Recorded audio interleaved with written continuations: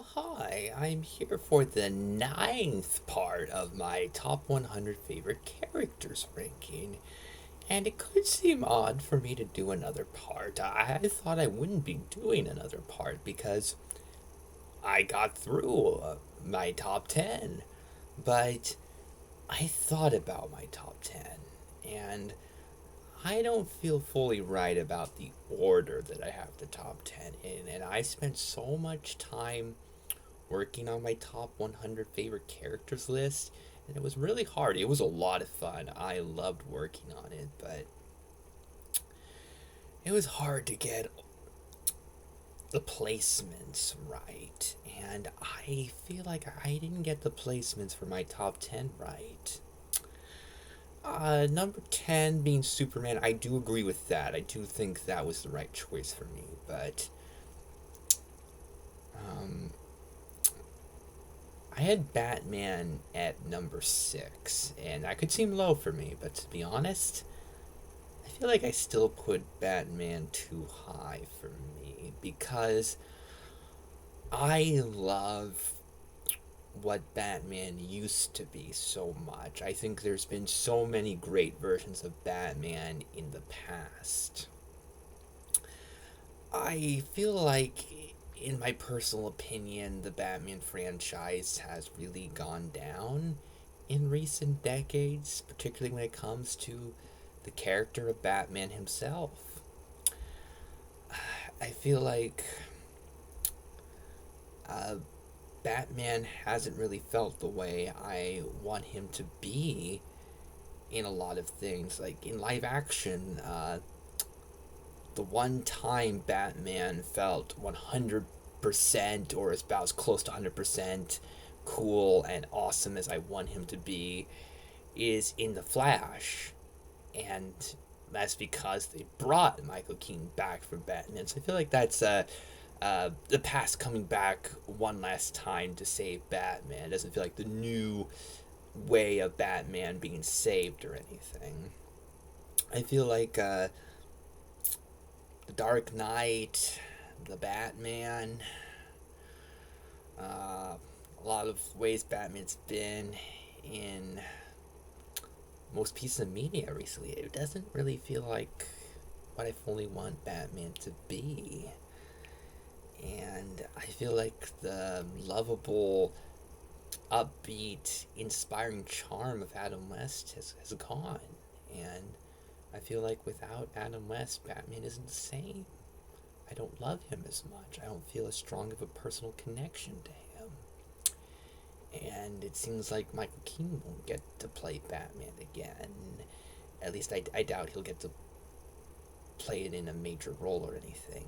And I feel like Batman's not the same for me. I love the Adam West version of Batman, my Keaton version of Batman, a lot of various comics and cartoons so much that Batman being in the top 10 makes sense to me.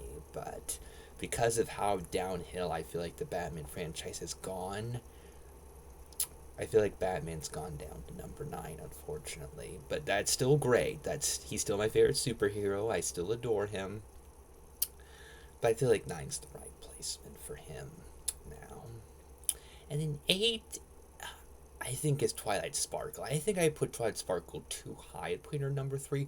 I love Twilight Sparkle. She's my favorite pony by far. She's a fantastic character that I really relate to, really connect to. I feel like I love the My Little Pony franchise. It really does mean a lot to me, but I still feel like uh, 3 is a little too high, and I still adore Twilight Sparkle. She's incredible. I love her, but 3, that was going too far for me. I think 8 is the right placement for Twilight Sparkle.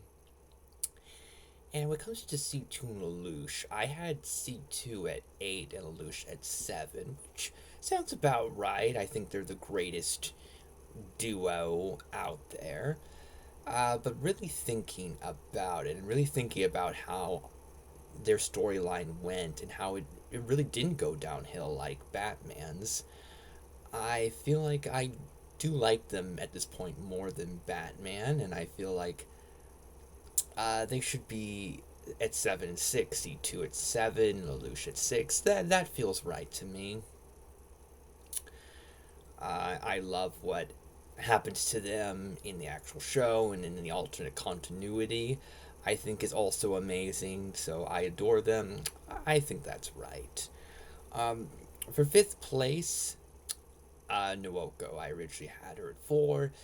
Bringing her down to 5, I don't feel like that's that big of a deal. She's an absolutely amazing character that I adore so much. I feel like her being at number 5 makes perfect sense. I think that's the right placement for her. But then a huge bump up is Fu going from 9 to 4. And I feel like Fu being that high makes sense personally for me because Fu is one of the characters that's changed my life for the better. I really do feel that strongly about it because she's helped me see a lot of the tragedies in my life and use it to find happiness and inspiration out of the scariness and the sadness of the world.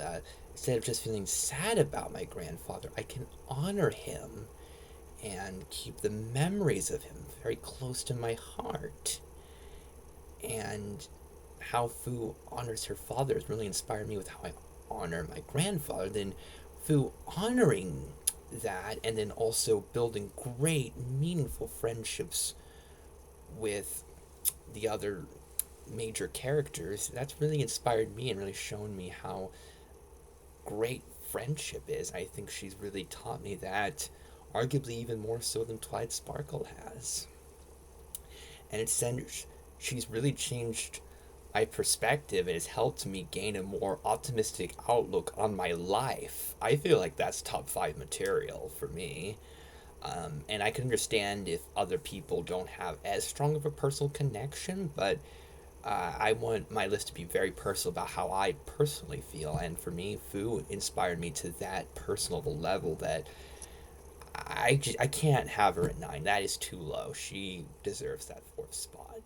And then for 3, Steve from Blue's Clues. I just adore Steve too much.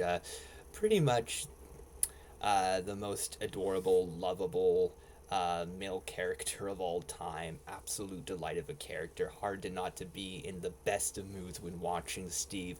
And with how much Steve acts like such a great friend, such a lovable guy, such an pleasant, delightful guy to see. I feel like having him at 5, that's too low. Steve is number 3. I just love Steve too much. And then 2 still has to be Shirley, and 1 still has to be Elsa. New top 10 is 10, Superman from Superman. 9, Batman from Batman. 8, Twilight Sparkle from My Little Pony. 7, C2 from Code Geass. 6, Lelouch from Code Geass. 5, Nuoko from The Wind Rises. 4, Fu from Tamaraya. 3, Steve from Blue's Clues. 2, Shirley from Code Geass. 1, Elsa from Frozen.